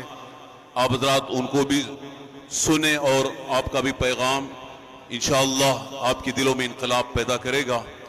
میں بلا تاخیر، چونکہ وقت زیادہ ہو گیا ہے اور حضور تاج المشائخ کافی دیر سے تشریف فرما ہیں، میں اس لیے آپ سے مؤدبانہ التماس اور گزارش کرتا ہوں خاموشی کے ساتھ بیٹھے رہیں۔ چند لمحات کے لیے حضور مفتی مسعود احمد برکاتی صاحب قبلہ تشریف لا رہے ہیں اور آپ کا نعرہ تکبیر و رسالت کی چھاؤں میں استقبال کریں۔ نعرہ تکبیر، نعرہ رسالت، مسلک اعلیٰ حضرت خواجہ کا ہندوستان، آل رسول حضور تاج المشائخ، حضور امین ملت، خانوادہ برکاتیہ حضرت علامہ مفتی مسعود احمد برکاتی صاحب قبلہ، نعرہ تکبیر، نعرہ رسالت۔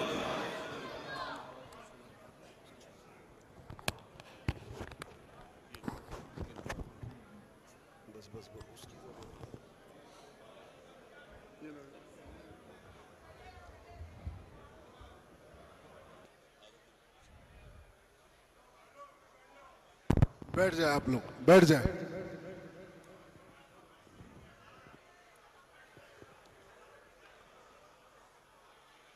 بہت سارے احباب مجھے آج مسلسل اصرار کے ساتھ یہ بات کہتے آئے کہ میں کبھی اندر کیا کیا ہوا یہ سارے حالات نہ بتانا چاہتا ہوں، نہ ہی وہ کوئی ایسی داستان ہے، لیکن کچھ اشعار تھے جس کو پڑھا گیا تھا، اور قید کے اندر کچھ ایسے حالات ہوتے ہیں جو آدمی کو شاعر بھی بنا دیتے ہیں اور بہت کچھ بھی بنا دیتے ہیں۔ حضرت کی بارگاہ میں یہ عرض کر رہا ہوں، دو چند اشعار ہیں، اس کو سنیں۔ جن لوگوں نے مجھے اصرار کیا، میں شاعر نہیں ہوں اور مجھے شعر و شاعری یاد بھی نہیں رہتی ہے، میری تقریروں میں میں بھول بھی جاتا ہوں، ہاں بس اعلیٰ حضرت کے اشعار ویسے ہی آ جاتے ہیں۔ عرض کیے تھے، بس تھوڑی دیر